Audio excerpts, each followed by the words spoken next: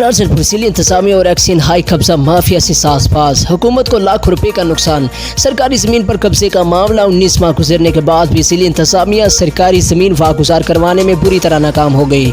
Deputy commissioner Zulfiqar Ali Khairal, assistant commissioner Muhammad Aurangzeb Sandhu, Rajanpur XEN highway CEO municipal committee कब्जा mafia Bilal Shah के आगे बेबस। मुतसिब पंजाब लाहौर नजम सईद साहब के फैसले को भी हवा में उड़ा दिया गया। म्यूनिसिपल कमेटी की हदूद सिटी एरिया में सरकारी जमीन पर कब्जा माफिया बिलाल शाह का राज। 19 माह बाद भी सरकारी जमीन वागुजार न करवाई गई। सबूत तो सारे मुयसर, लेकिन जिले इंतजामिया कब्जा माफिया बिलाल शाह के आगे बेबस।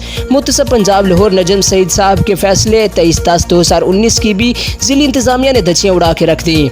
असिस्टेंट कमिश्नर राजनपुर मोहम्मद औरंगजेब संधू को भी साहिल ने अमल दरामद के हवाले से दरखास्त गुजारी, लेकिन 15 रोज गुजर गए, कार्रवाई न की गई। साहिल का कमिश्नर डेरा गाजी यहाँ से कार्रवाई करने का मुतालबा। Report Atif Hussain, bureau chief Rajanpur.